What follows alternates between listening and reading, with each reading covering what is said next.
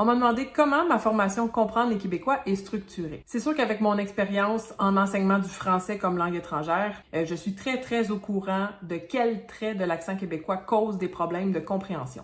J'ai commencé avec un module sur la prononciation parce que c'est très concret. Par exemple, je savais que je devais absolument expliquer pourquoi les Québécois disent parfois « toi » puis « moi » au lieu de « toi » puis « moi ». Au total, c'est 14 traits de l'accent québécois qui sont examinés de près avec des exercices ciblés pour chaque leçon. Maintenant, comment savoir dans quel ordre placer toutes ces leçons? C'était évident qu'il fallait que je commence par les traits un peu plus généraux qui ont des répercussions sur d'autres phénomènes. Par exemple, si vous n'aviez pas appris dans la leçon 1 que « sur » peut se prononcer « su » puis que le « la » perd souvent son « l », ça serait beaucoup plus difficile dans la leçon 3 sur les contractions de comprendre pourquoi « sur la table » devient « sa table ». La formation enchaîne ensuite avec un module sur la grammaire qui a des notions un petit peu plus complexes, donc il y a vraiment un souci d'ordre logique, mais aussi de gradation. La difficulté augmente graduellement.